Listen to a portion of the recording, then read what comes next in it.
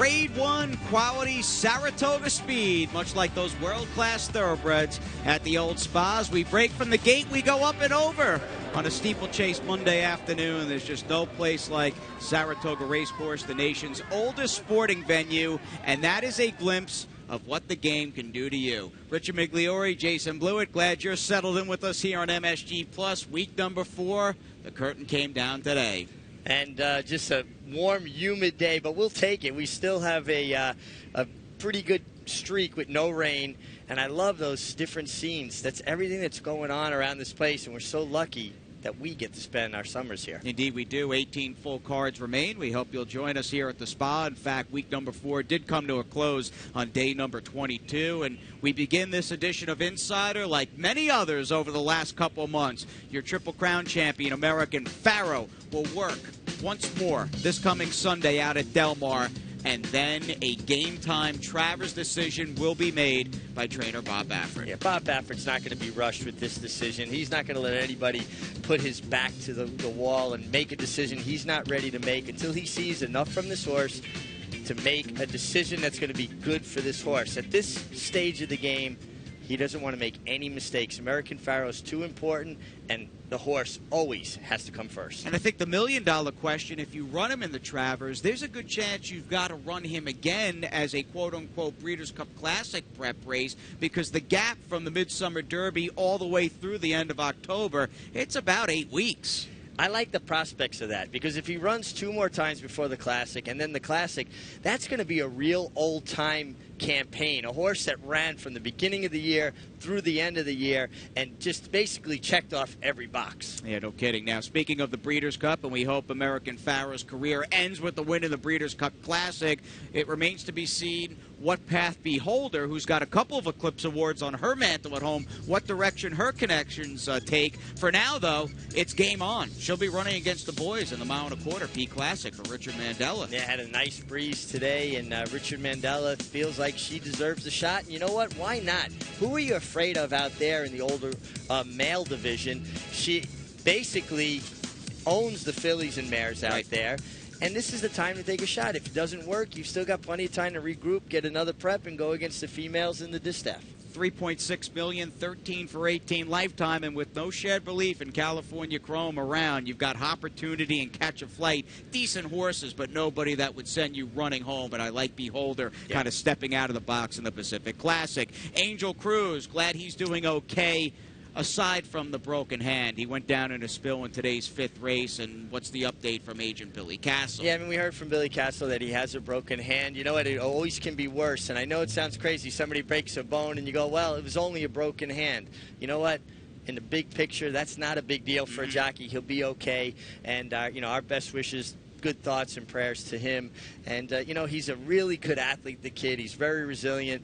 If the doctor says 6 weeks, he'll probably be back in 4. You know, so I don't think it's going to be – it's just a bump in the road for him. The odds of him smiling as we do the show sitting in his hospital bed, I'd say, are probably 1 to 9, right? Yeah, he's that personality just kind of bubbles over. No, he lights up a room, as did during a racing day Saratoga Do. First ever champion New York bred to win an Eclipse Award. She was champion 3-year-old filly back in 1992, and today at Saratoga, we ran the Saratoga Do. Larry Comas will have the call. We have got Carry Me Away, no 1A in this 9th race, but we do have a 1 horse. She's favored at 7 to 5, and let's see what happened from the gate. They're off in the Saratoga Do. Flip Cop came out well. Hot Stones goes up and after the lead from that far outside post. And these two have the most early speed into the turn, and up the rail is Carry Me Away, who squeezes on through to take up the running and take the early lead. After that comes Say 3 Hail Marys, who's 4th in the early stages and guided to the inside to save ground into the turn. Smitten by Gold goes up there 3 wide, and then it's back to Star Grazing, JC's American Dream, and 6 lengths more back to Storied Lady and Tahoe Tigress. 23-3 was the first quarter as the field races up the backstretch. And there goes Hot Stones to stick a neck in front. Carry Me Away is down on the inside. These two going at it on the lead. Smitten by Gold 2 lengths off of them. Say 3 Hail Marys fourth on the inside. And then it's Flip Cup and Star Grazing. JC's American Dream 6 lengths off the lead after a 47 1/2 mile. Story Lady and the Trailer Tahoe Tigress have been outrun so far. There's a 1/2 mile to go. And there's Hot Stones to catch. Hot Stones shakes away now. Carry Me Away is dropped back 2 lengths from her. Smitten by Gold is getting going now, and she's storming into second on the far turn. And Smitten by Gold is getting closer to Hot Stones as they approach the quarter pole. Star Grazing is picking up her stride on the far outside. And then it's Flip Cup, and they're coming to the top of the stretch. Hot Stones is the leader. 3/4 in 1:11 2, and Hot Stones is opened up to lead by 3. And then it's Smitten by Gold, who's now full out in second. Star Grazing is third. And down toward the inside, it's Say 3 Hail Marys. And then comes Flip Cup and the others. But it's a 1-horse race. And it's Hot Stones. Hot Stones romps home. Very sharp in the Saratoga Dew. Dead tight for a second there between Star Grazing and Flip Cup. And then came...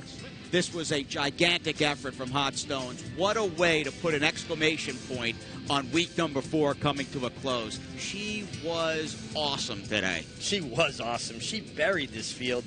Tough post position, chasing 3 wide around the first turn, involved in a duel. You question her pedigree. Does she get a 1 1/8? Well, guess what? Yes, she does. And the connections were on hand. Mig was with them right after today's Saratoga Dew. Bruce, Hot Stones overcame the post. Any question about the 1 1/8? How are you feeling down the backside, though, when she was dueling through some fast fractions?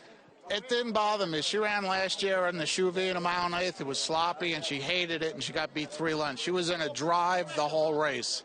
And really, I just never got it back. The distance to me is not a problem. People had that question mark. I know she's a bust on Stones, but I had no problem going a 1 1/8. I had rather run a 1 1/8 than 7/8 with her any day of the week.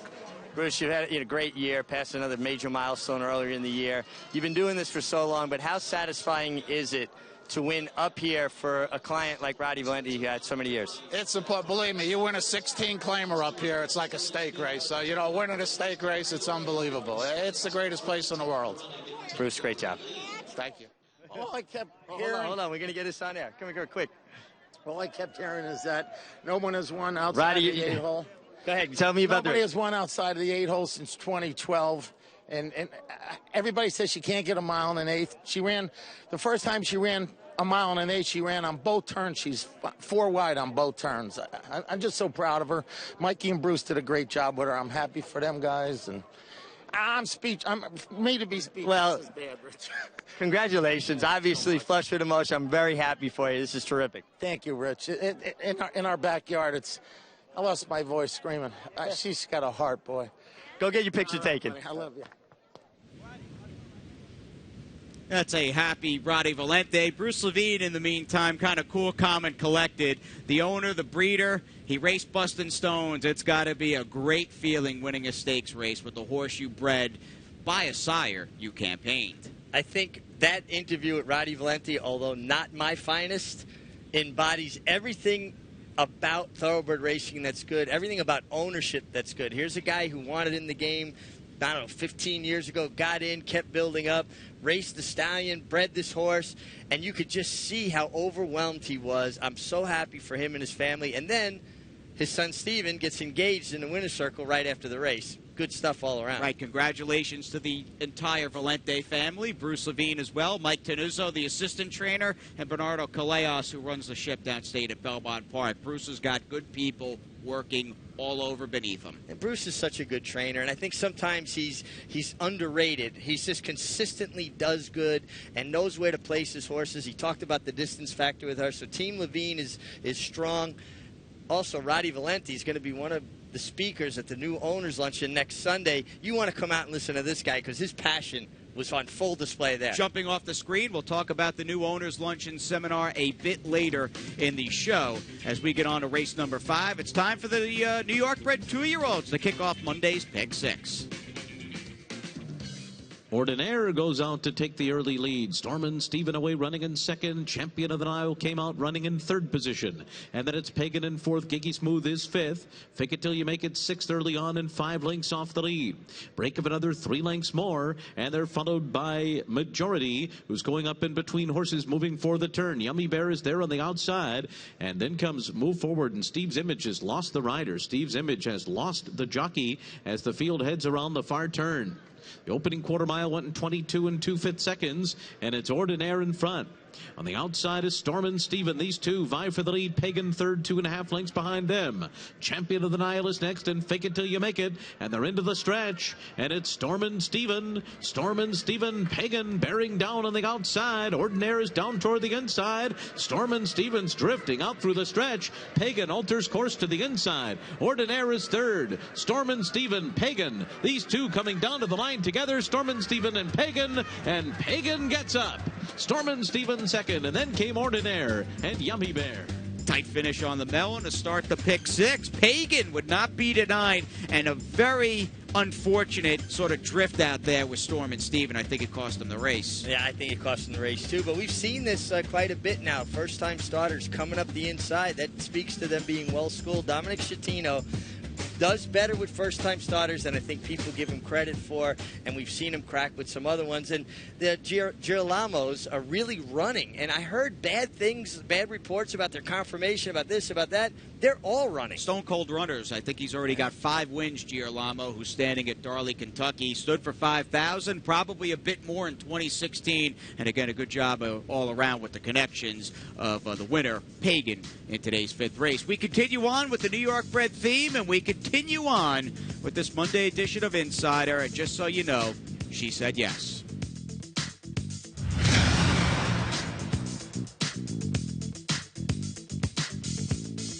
The new Parks Fall Festival will double purses for each of its 32 live racing days. What an opportunity for Pennsylvania breds. In an open maiden special, PA breds will run for over $100,000. So be there at Parks in the fall. Hello, I'm Brian Sanfratello. Last year, we paid $33 million to PA breds in the form of breeder awards, owner bonuses, and restricted race purses. Our Equine Coalition Group is united in the pursuit of making sure that we receive every dollar we deserve. And that's why our Racehorse Development Fund has been constant in the past 4 years. Please go to our website at www.pabred.com or give me a call at 610-444-1050.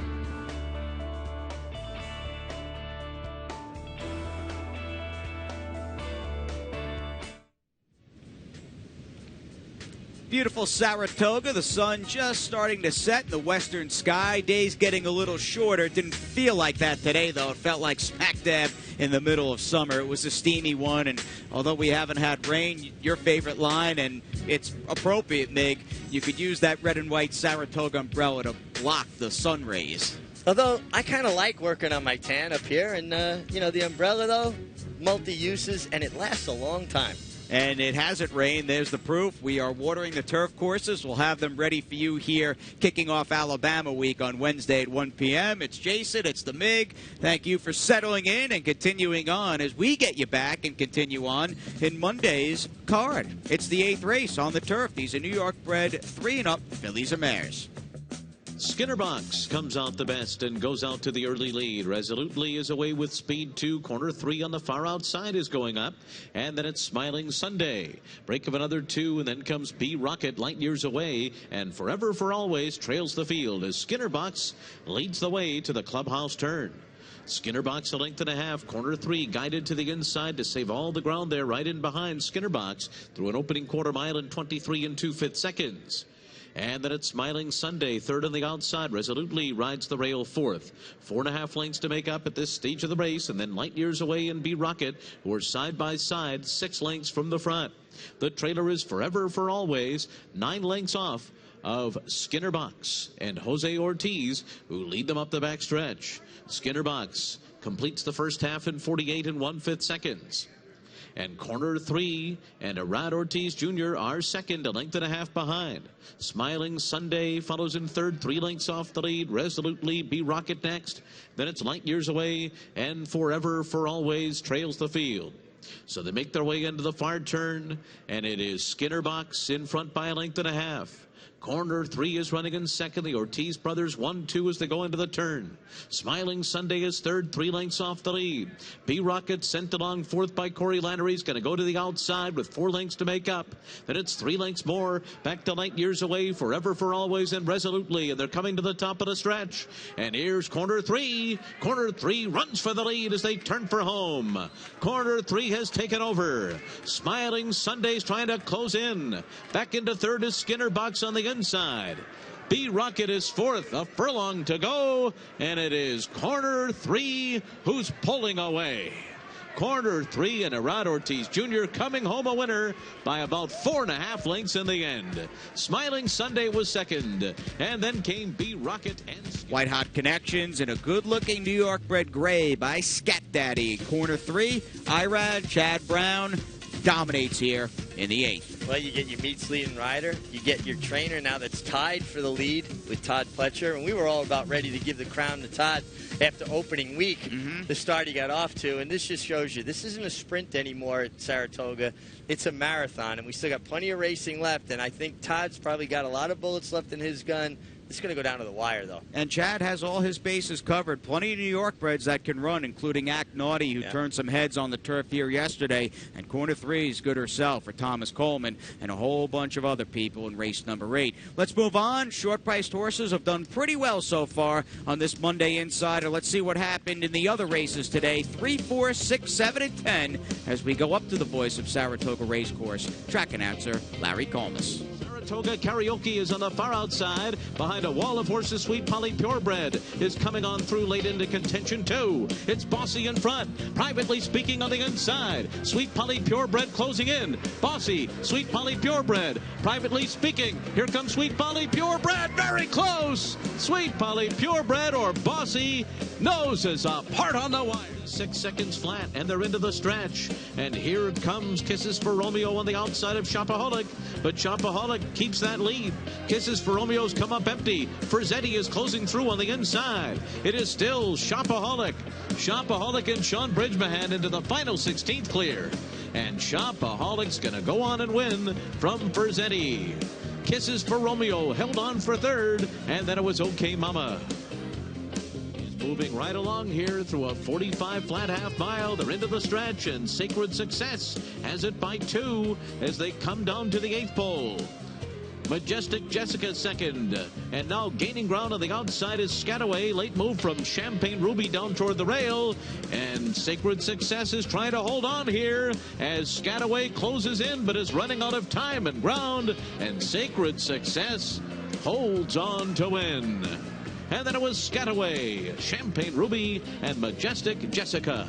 Irish Cat, who switches to the far outside to come and get these front runners. Mountain Cry is gaining in the center of the track. Union River is splitting horses with late speed. Fair Advantage is coming too. Final furlong, Reverend Green. Here's Union River. Fair Advantage between horses. Mountain Cry on the outside. It's Reverend Green, Fair Advantage, Union River. These 3 come down to the line. Union River did it.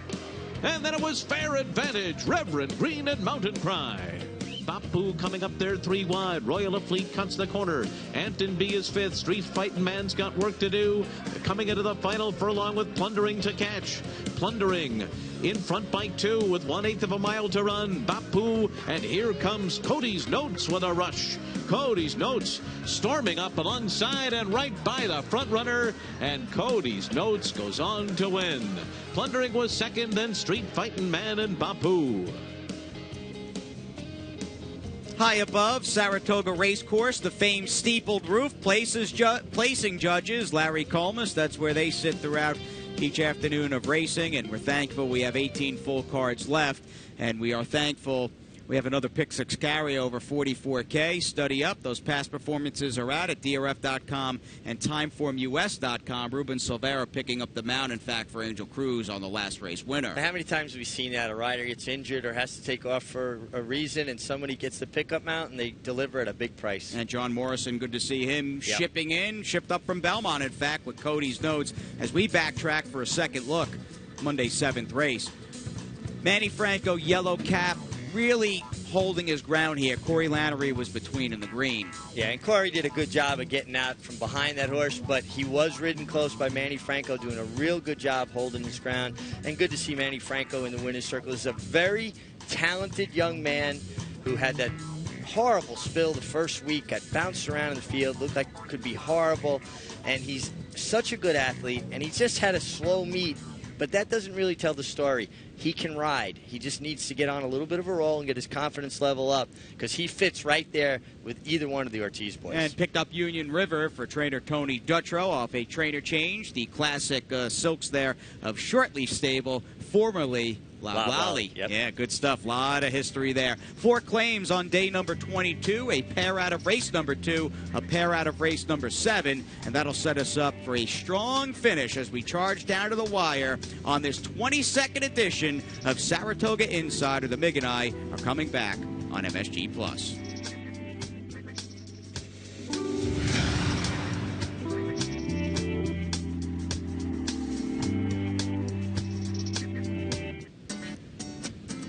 Back to the spa, 7-furlong shoot. The 2-year-olds progressing to those longer sprint distances. In fact, the Spinaway and Hopeful, believe it or not, 3 weeks down the road, and we had our building blocks to those Grade 1 classics at Saratoga during the middle of the meet. More on that in a few seconds. How about it, Mig? Set us up day after the Alabama this coming Sunday, August 23rd. New owners luncheon, the 12th one we're doing. It's a great time and the best bargain in Saratoga. For $100, you get breakfast. You get lunch, you get to go to the backstretch, you get to go to the paddock, the winner's circle, you learn a lot about ownership, and you get to spend the day with me. Sounds like a slam dunk. 1 to 9, can't beat it. I'd pay $10,000 for that.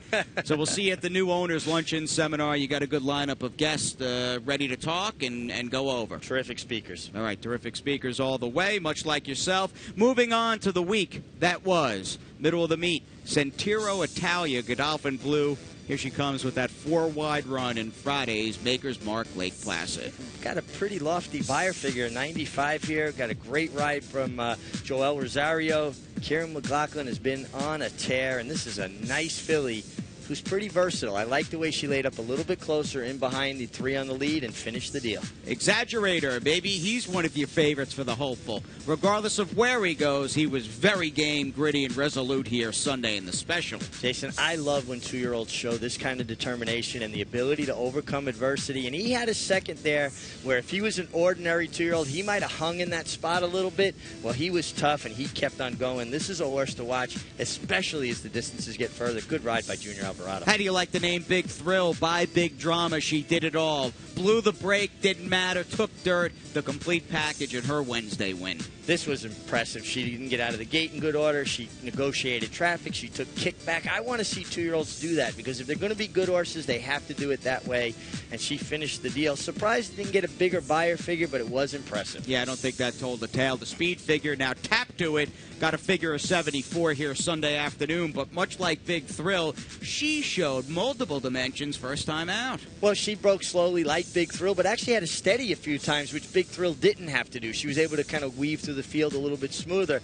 But this filly really finished the deal when she got outside. And you could see the way her stride changed when she got out of the dirt. It was like her head was up in the air a little bit. Her head dropped. Her stride lengthened. This is another filly, I think, when they go longer, she's going to really appreciate it. And Luis Saez, as we get to the week's hot jockey, picking up all sorts of business. Richard DePass, longtime agent, has got his book. And a 9-win week here for Luis Saez. Not bad, considering he only entered week number 4 with 10 wins at the meet. Yeah, no, he nearly doubled his total in 1 week. He's been riding good all meet, particularly on the turf. I really have been enjoying watching him in his turf rides. He's putting horses in forward position, saving ground, patient when he needs to be, and he's a strong finisher.